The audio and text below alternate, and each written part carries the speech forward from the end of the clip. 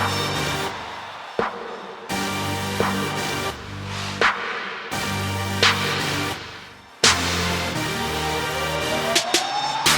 North American Caribbean Training Method was started earlier this year in 2020. And the purpose of the program is to give Caribbean coaches in the United States and Canada an opportunity to come together, train, and work with players. We are going to spread this throughout the United States. This has been something, a dream of coaches of Caribbean descent in America for a very, very long time. And we have now to work and to get these kids to a different level.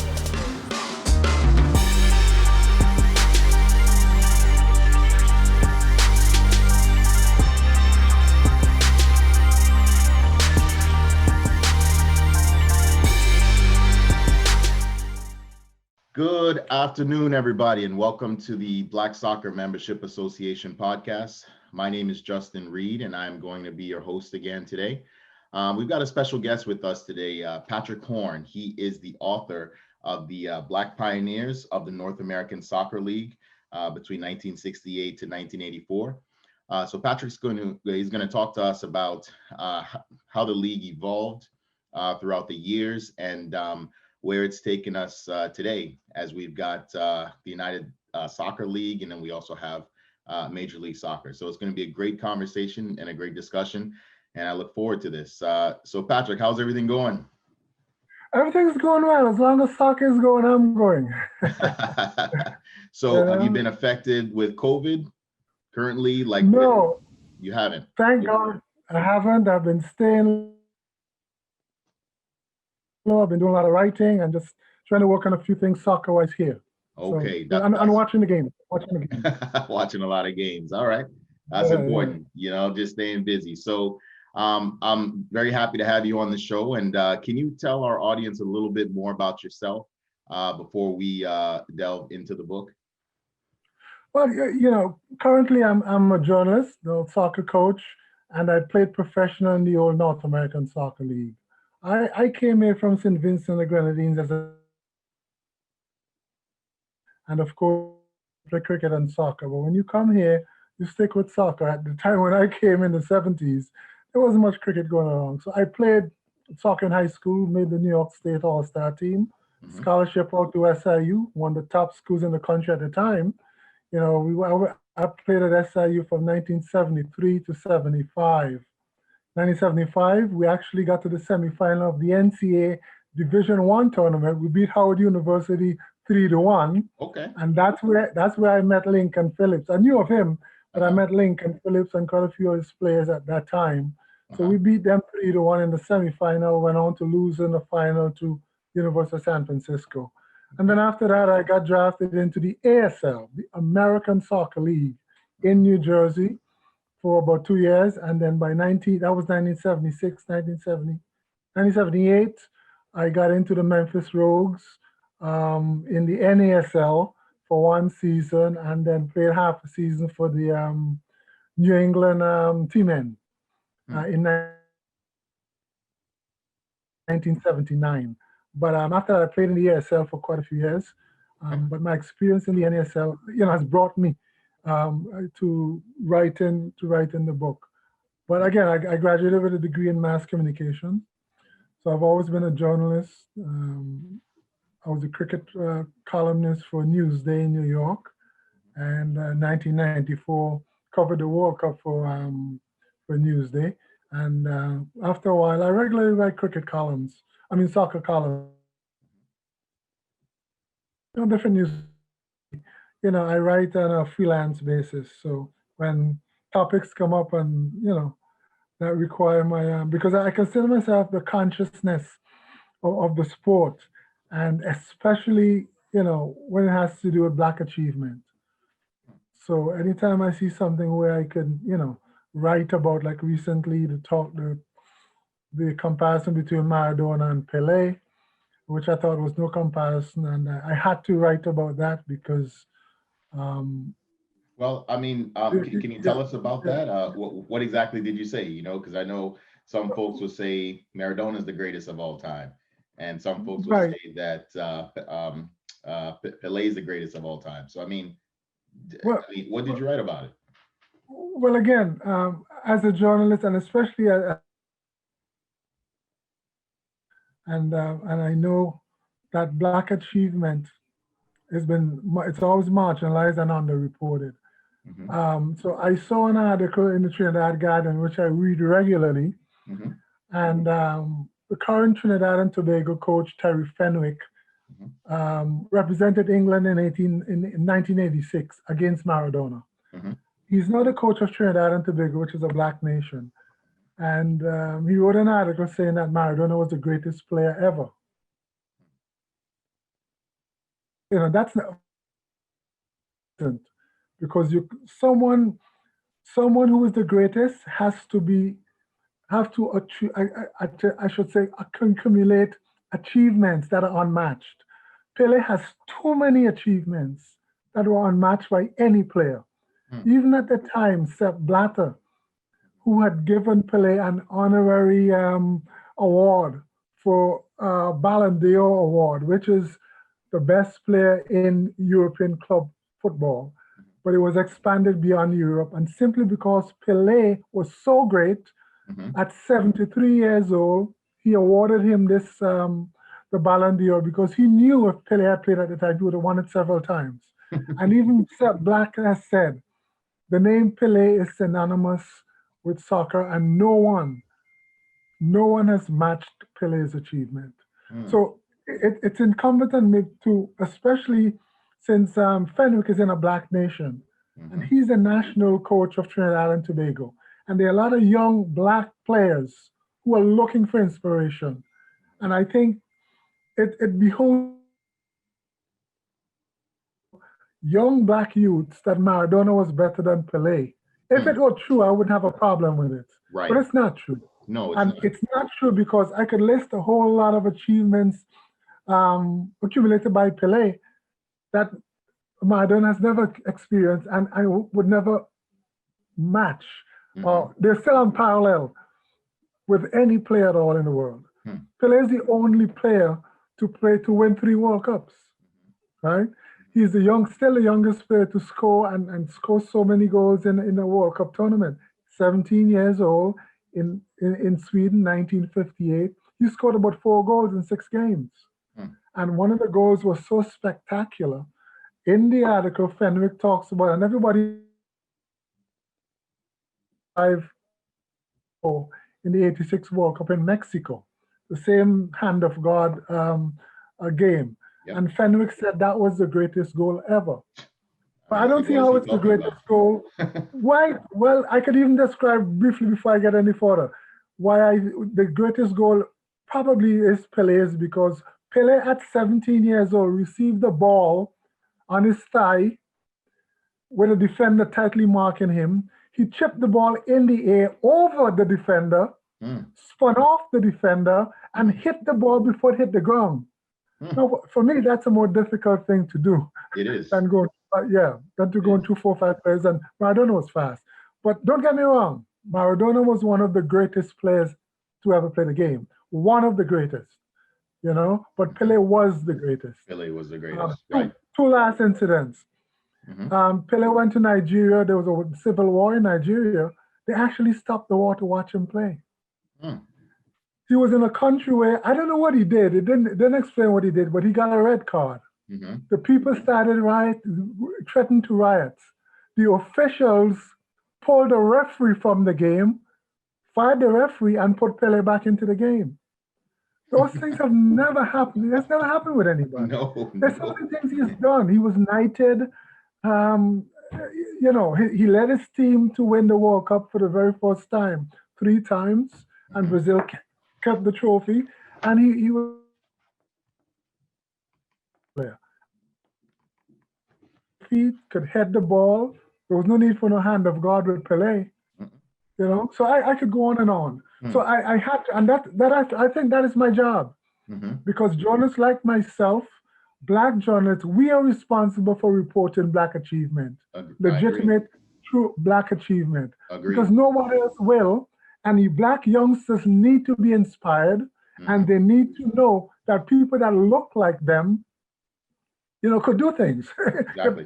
And at the end of my article, I said it's inspiration for the blacks that they should know that a black person, just like them, came out of very humble beginnings, Hmm. could rise to the top of the game. And Hmm. that goes beyond soccer, It you does. see? So I had to do that with black people. We need as much inspiration. The young people need as much inspiration as they can. They need to know how legitimate the folks who came before them, the contributions they made. And Correct. in terms of the North American Soccer League now and Mhm. Black Pioneers, I decided to write about the players who made a substantial contribution to the NASL, because the North American Soccer League, which ran for about 16 years, almost 20 years, Mhm. when that started, they are responsible for soccer where it is today. And soccer has come a long way. I So, just saw LAFC is now in the final, the CONCACAF Champions League final. right. They're going to play Tigres next Tuesday. But Hmm. for the first time in US history, an American club defeated three in the same tournament, three Mexican clubs, back to back, Hmm. quarters, semi. Well, in the opening round, the quarters and the semifinals. So that's what the LAFC did. So that explains that couldn't happen years ago. That Right. explains the vast improvement Hmm. in your soccer, and And it not all only goes that, back to right. And not only that, Patrick, to add to it, I know the CONCACAF Champions League, it's been around for probably about close to 20 years, I believe. yeah, And only two MLS teams have won. Only two. the one, Yeah, right, most of them have been from Mexico. So what you right. just said there is a huge accomplishment, and the NASL being the league that it was, helping to rise the game up in this country. I mean, they have to be credited, for such an Right. accomplishment, right? That's Yeah. what I say, and this is why before we even get to the Black Pioneers, they were part of the NASL, Hmm. and people need to know the role that the NASL has played in developing soccer in North America. They Hmm. must know it. It didn't start with MLS. It No, did not start with MLS, and no. soccer was here before as well, but in neighborhoods and in grassroots and among the. In a nutshell, here's what the North American Soccer League did. Hmm. It put US soccer on the world scene. It showed FIFA and the rest of the world that soccer could be a viable sport here in North America. And after it ended in 1984, 10 years after 1994, because of the NASL and Pele's influence, FIFA awarded first World Cup to the US, 1994. 94. And that's where soccer really took off because they made so much money in the US. That shows how popular it was. Hmm. That didn't come about, not, that came about because of the NSL. FIFA took a lot of millions of dollars and helped the US Soccer Federation to start MLS 3 years after that. Hmm. 1997, I think it started. So 1996. that's the Yep. significance of the NASL. Now, here's how the NASL did it. They brought in a lot of players. Some of them were a little bit, past their prime. Hmm. But what the NASL did that it brought first-hand experience to young American players. Hmm. They got some of them watch them. I remember John Hawkes talking about being a ball boy around the Cosmos era, and people always talk about the Cosmos and Pele. Hmm. So the NASL brought a standard to the US. When you introduce in something, anything, whether in soccer, you have to put your best foot forward. Otherwise, people get turned off. So here comes the NASL with a lot of ex-players, and that's the best the US could do. Where were they going to get players from? How were they going to start it? You can't start it with college players Right. because they really didn't, they weren't enough to Right. do with players and they're falling all over. People get turned off. They Yeah. say this game it's not even worth it. They're kicking, they're doing blah, blah, blah, whatever. But here comes Quality the wasn't very NASL good. with Yeah. top players. Huh? Hmm. Go ahead. Yeah, with top players, they show the beauty of the game, tactically, technically. They were from different countries, different nationalities, different races, different ethnic groups. That showed the worldwide appeal of the game. Hmm. It also helped to mature American players, and not just as soccer players, but as people. Yeah. Because a lot of these American boys who are living in the suburbs never met somebody from Trinidad and Tobago or from Sheffield, England, right? Or from Honduras or from Brazil. Yeah. So now they've met these guys, they see the vast popularity in the game. They've developed, they can go anywhere and converse and socialize with people from different nationalities. It builds their character. And no matter what you do, it comes back to your character. The Right. best soccer players are the good guys, good Correct. people, good unselfish. Look at Pele, very unselfish, you know? Correct. They got some great ones who are, snobbish and whatnot. But the great players, yeah, the great players, the great players you have to have a good personality as well to become a and good it's player. interesting, Patrick, that you mentioned that, because when I worked as a sports agent, I had a couple clients from MLS, from USL. Every time I spoke to a head coach, they'd always ask about the character of the player. And if the player didn't have good character, they weren't interested. Like there was one player, I'm not going to mention his name, but he is a fairly well-known player. I had actually pitched him to a MLS coach, and that MLS coach had heard around the league that this player didn't have good character.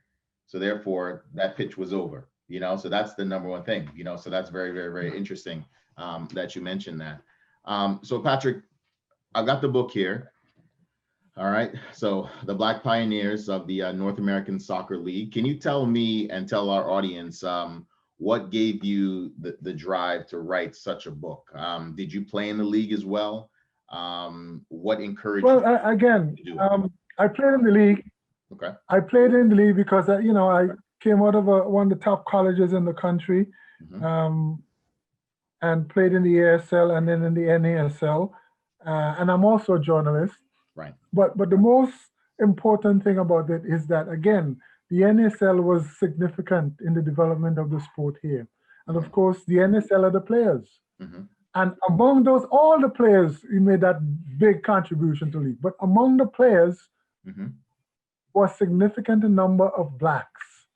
Significant number of black players from all over, from the Caribbean, from England, from Central America, from South America, from Africa, and other places, from the US as well. And they made a significant contribution to the league. And I think as we talk about the NSL and the game here, we can't forget them. Of course, the most important and the most important black player to play here is obviously Pele. But everybody knows Pele. Right. And everybody knows Eusebio, two black giants who played. But they didn't do it alone. It started before. It is important because they were world renowned. And once they came here, it added legitimacy to the NASL. But Pele and Eusebio had to see something substantial before they come. Right. They had to. So I mean, what other players also contributed? I believe Steve David played in the league as well. Archibald, I believe. Warren Archibald, and they're both from Trinidad, right? Yeah, they're both from Trinidad. Trinidad and Tobago. Phillips also from Trinidad, Everett Cummings from Trinidad. Most of the Caribbean players came from Trinidad because at that time, Trinidad was the gem of Caribbean soccer. They had dominated the international scene in the Caribbean, won the CFU quite a few times. So they came. But you had Randy Horne from Bermuda. He was first guy to lead the Cosmos to a championship win. You had a lot of African players, Kaiser Motang. And there's an interesting story about him in the book, how he took a lot of ideas from the US, started his club in Africa. And today, the club is 50 years old. They have their own stadium, the Kaiser Chiefs. He named it after the Atlanta Chiefs because he played in Atlanta. He was the first rookie of the year for scored the most goals one year, and he was one of the first rookies in the NSL because the Atlanta Chiefs were the first team to win the NSL championship. So those are some of the guys who really, made up. Clyde Best came over from England. So did Adi Coker. They were all West Ham guys. You had some of the European players too, like Rodney Marsh, a very good player. A lot of I saw Sam Allardyce coaching today. He just took over West Brom. Sam Allardyce played in this league. Oh, he did. Sam Allardyce, yes. Okay. Huh. And this was before the NSL. In those days, clubs from England would come over and represent a city, but it wasn't really a league here. They used it as a preseason warm-up. So guys like Alan Ball, Bobby Moore, Jaff Hurst, they came over with their clubs and represented the city and played. But the NASL was a league. It was owned by Americans. They were in the cities. The interesting thing about the NASL too is that the players were not only contracted to play, they were contracted to coach and do public relations and spread the word about the game. So a lot of players were coached by these NASL guys. Everyone knows Greg Vanny, who coached in Toronto. Right. Well, now he just got the job at LA Galaxy, I believe. LA Galaxy. Yeah, okay, good. Congratulations to him. Yes. Yeah. Well, Greg Vanny was coached as an under 12 player by Leroy DeLeon from Trinidad and Tobago, who's featured in the book. Right. And Joe his son Nick Maxmore plays. Yeah. And his son Nick had played for Greg in Toronto. Mm-hmm. You see, Lincoln Phillips, had a part of the development of Des Armstrong. Desmond Armstrong was one of the black defenders in the 1990 World Cup team, and he came out of Lincoln Phillips' camp, and I understand he goes back there as an adult to help out. Lincoln also had because of his goalkeeping knowledge, he had a big influence on Casey Keller, Tony Mayola especially, and Brad Friedel. Lincoln was also one of the assistant coaches under Boro Milutinovic back in '94. So the NASL is really it really gave birth to MLS. If it weren't for the NASL, it would have happened later. But because of the NASL, it happened at the time that it did, and thank God for the NASL. Just a few days ago, I saw some guys on Facebook because I'm part of the NASL ex-players, and they have their Facebook page. And they were just degrading the NASL. They didn't like the NASL financial setup. They didn't like their business plan. We don't. I'm glad we're not like the MLS is not like NASL with the European this and the European that. So I had to write and sort them out. Maybe the business plan wasn't because they had to take a model from wherever in Europe, but fortunately for MLS, it improved on the mistakes that NASL made. Right. And that's the other thing that's very important. Right. So now the MLS has where the league owns the players and they have a salary cap. Right. Okay. It's a single member LLC where all the owners single entity thing. Right. So you know where that came from? Where? The NASL went down because the Cosmos was well funded by Warner Communications in New York, and they had all the stars. They were doing well. The league was doing well. The league, a lot of teams were averaging 40,000, but they had its ups and downs. But what happened was a lot of teams spent a lot of money trying to keep up with the Cosmos, trying to bring in some top players. LA brought in Johan Cruyff, and then he had to move to Washington. Gerd Mueller from Germany came in, Rodney Marsh came in down in Tampa Bay. So they tried to bring in big name players, and that created a problem for them, because the game wasn't strong enough in terms of fan support in some cities. Well, let me ask you a question, Patrick. It went bust. Yes. Yeah. Let me ask a quick question. I came across a video about a new league that's starting up in the Caribbean. And I don't know if you're familiar with it, but it's called the Island Cup. Are you familiar with that? Doing that? It's called the Island Cup. Is that I know CONCACAF was trying to do a professional league. I don't know if that's the same league you're talking about. No, so this is a little different. Okay, what it sounds to me is they're going down the same road as the NASL did in terms of getting big name players. So I believe Sol Campbell's a part of it. Ronaldinho is a part of it. And what they did was they sectioned it off where you've got a coach from Jamaica. Erickson, I believe he's the coach there. And then I think Sol Campbell's like the coach for Barbados. So they broke it down into all these different countries, but they're attracting a lot of big name players to come to the league. Do you think that's a model today that can work? Still? Well, I'll have to find out more about it to give good credible criticism. But I know it was tried before and it didn't work. I think if you could get someone to finance maybe one big name player for each team for like say over 4 or 5 year period until things pick up, that's probably what they might want to do.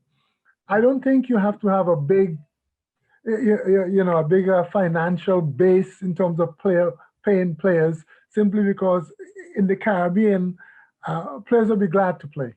So if you give them if you give them a decent living, players can make $300, $400 a week.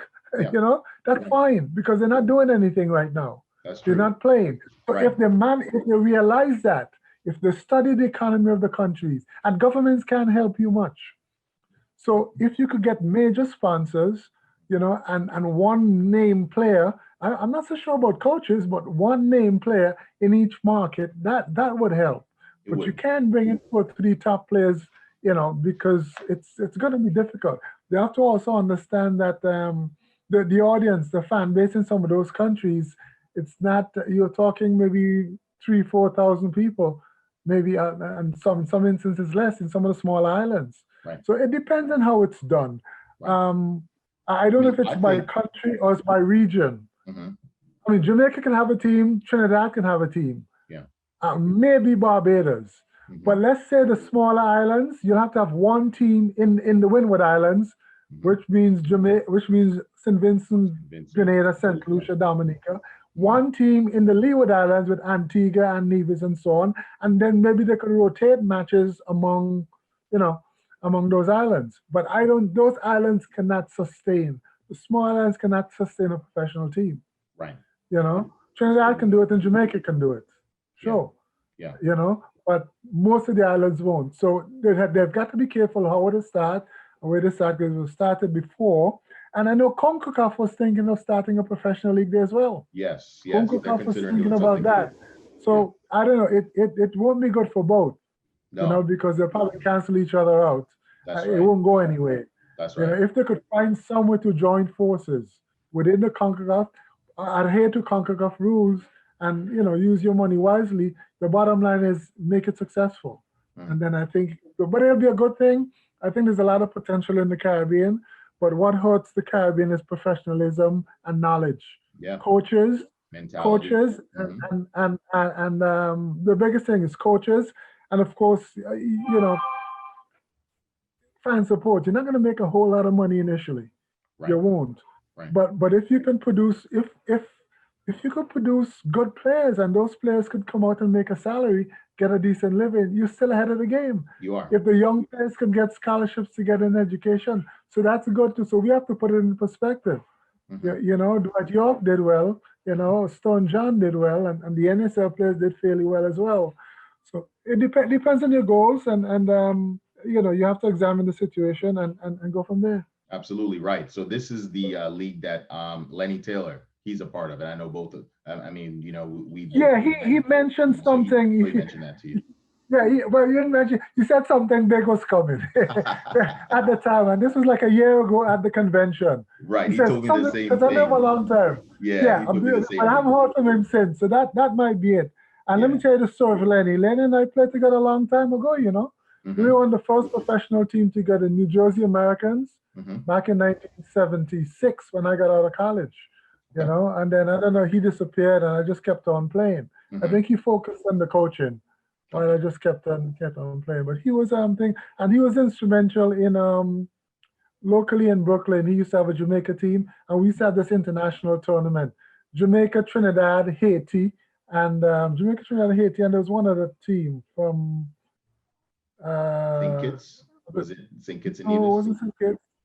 It wasn't St. Kitts. Jamaica, Haiti, Trinidad, and why can I remember the other team? But anyway, I played for the Trinidad team because I'm Vincentian. Trinidad influences the Eastern Caribbean. A lot of people thought I was from Trinidad. A lot of people still think I'm from Trinidad. So I played with the Trinidad team, and Lenny was instrumental in I don't know if you know Buttle. Edson Buttle. Edson Buttle, yeah. You know the young Buttle that played for LA at one time with the U.S. national team? Yes, yeah.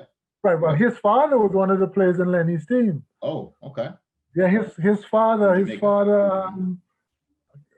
His father was one of the players when Lenny had the Jamaica team. Yeah. I see. So, but back to the Black Pioneers. It has a lot of interesting stories about it. Steve David, of course, he's the only he and along with Georgia Canaglia, Steve from Trinidad and Tobago. He and Georgia Canaglia the only two players to lead the league in scoring multiple times. You know, the first real rookie of the year actually was the Bermudan Randy Horne. He led the Cosmos to their first championship in 1972.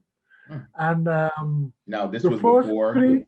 This is doing the only like before Pele came. Pele? Exactly. That's what I'm saying. Them. So wow. the NSL had some good players before Pele came. You know, Randy was the leading scorer. He was a rookie of the year actually in '71. He was the MVP in 1972. And then in 1973, after the Here Comes Warren Archibald, he was the MVP. And then 2 years after, you had Steve David being the MVP in '75. So the first 10 years of the league, Caribbean players actually dominated the league. Okay. You know, Lincoln Phillips was the first black player coach when he coached the Washington Darts. You know, so there were some significant achievements, you know, made by black players in the NASL. And again, it's the NASL that really has gotten soccer to where it is today. Before the NASL, there were two leagues. The country was split in half. There was the National Professional Soccer League, NPSL. That was on the West Coast, mostly West Coast teams. That was recognized by FIFA. But the American Soccer Association, mostly on the East Coast, was not. So you had half of soccer in the US, FIFA recognized you. The other half, no. FIFA said that can't happen. Right. We have to have a national league, outdoor national league, including all of the US. So the merger came, and that was a watershed moment in US soccer history when the two leagues merged 1968 and started with about 17 teams. After the first year, 17 teams, it wasn't going so well. It came down, after the first year, 17, it was reduced to 5. And thanks to those 5 teams, they hung around, and then the Cosmos joined, other leagues joined, and then the NSL just took off. And those 5 teams that hung in there, those 5 teams were LA, Dallas, Kansas City, LA, Dallas, Kansas City, Miami, and somebody else. Miami, someone else. I can't remember who now. But and those 5 teams are still around, huh? Okay, so those 5 teams are still around. And they're still Portland, around, right? Was it Portland or Seattle? No, it wasn't Portland. Portland was a club at the time. They weren't in the league. A club. It was Portland was a club. And those 5, I will tell you in a little while. Those 5 teams were responsible. Atlanta, Dallas, Kansas City, St. Louis, St. Louis, and Los Angeles. Okay. And St. Louis had a lot of soccer there because they had a strong immigrant community. St. Louis. Yeah. And St. Louis is now awarded. They're going to have an MLS team soon. Yep. So it's good that those original 5 that easily the league could have folded and would not afford anything but the NSL. But those 5 teams, and we must credit the Hunt family in Dallas because they put money not only into their team, the Dallas Tornado at the time, they helped the league to stay alive. Yep. All the owners did, but especially the Hunt family. And so we have to credit them for that as well. Definitely. So the NASL really was the forerunner. It's responsible for football here, for soccer here. People need to know that. That's a significant historical note, okay? And part of the NASL were the black players who made a significant contribution to the league. So, you know, it was interesting. And those are difficult times to play. And especially for the black players, because here's the situation. And all this is in the book. I don't want to give away too much, but the black players use most of the black players. You look there, Most of the black players had to go home to the island or to scunt around for a job in the off season Mm. and hang around and then come back when the season starts. So I mean, what were Where the wages though? I mean, how much were the players making? well, I didn't make much. I made $350 a week. $350 a week. Okay. It's in '98. Yeah. Right, that's what I made. But I was a college player. The guys from England made more than that. And you had a car and you had an apartment. And you when you travel, you got expense monies for food. And there are other little perks you will get and so forth. People in Right. town know you and so forth. Right. But the interesting thing is, while in the off season, black players were on their own. Some of them had to go back home. Some of them stayed here, work part-time jobs, because some of the camps didn't really do much for them. Whereas many of the white players, especially the English guys, came with their families, got houses, and were able to stay. Mm. And some of them even got coaching jobs. So that was a big advantage for the black player.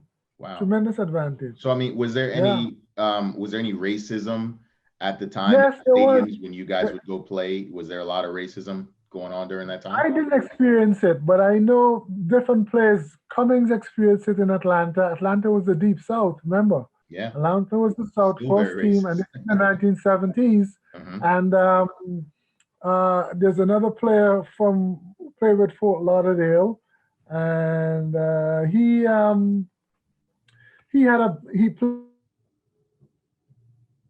played with Fort Lauderdale, but he was transferred to Atlanta for a season or two.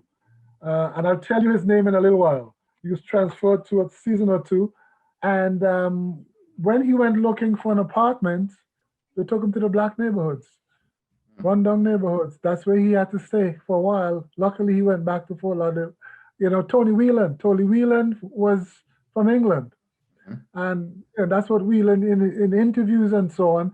That's what Whelan said. Tony Whelan now actually is the youth academy director for Manchester United. Oh, he is. Okay. Yes, yeah. Tony is with Manchester United now. We communicate every now and then. But when he came here, the Fort Lauderdale wasn't so bad. But that's what they did. White players lived elsewhere. They took him to the black neighborhoods, to find an apartment wherever. And even in Atlanta, uh, Everett Cummings from Trinidad had some experiences with racism as well. Yep. Yeah. I But actually the spoke to positive, him. So yeah. I spoke to Gali a few days ago, and I know he just recently wrote an autobiography. That Autobiography, you yeah, guys- right. Yep. Right, Very right, well. right, So, right. yeah. The good experience about him is that, which I didn't say much about racism in my book. I kept it more on the positive side, and maybe I should have, because that was a reality at the time. But Galley's experience as a young 17-year-old coming to Atlanta in the deep south, he said he was very naive. He had lived in a multiracial country in Trinidad, but he didn't experience. It's a predominantly black country. Didn't experience racism, but he experienced racism in this country. But one of the good things he said was he remember leaving the stadium after practice with he and Alan Cole from Jamaica and Delroy Scott and a Ghanaian player. Can't remember his name now. One day after practice, they just drove out of the Atlanta stadium, and as they left the stadium, there were just crowds all over the streets, and black people were actually crying in the streets, Wow. crying, and they were wondering what the hell is going on. Wow. And as they drove by the crowd, and asking them to put their lights on, Martin Luther King was just assassinated. Oh my gosh. Wow. Yeah, that was his experience. Wow. Because they were playing and didn't hear the news. Just assassinated. He said he was shocked. Wow. But after that, the Atlanta Chiefs assigned him and some of the black players to go to the funeral.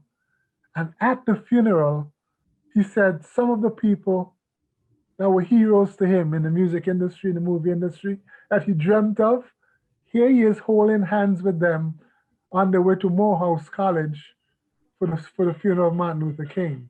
You saw Stevie Wonder, you saw the Supremes, Mhm. you saw Harry Belafonte, Sidney Poitier, Okay. Richard Pryor, I think, couple white players. He said Kirk Douglas and Burt Lancaster were there. Mm. And so it was like a culture shock for him. Yeah. But Yeah. that ended well.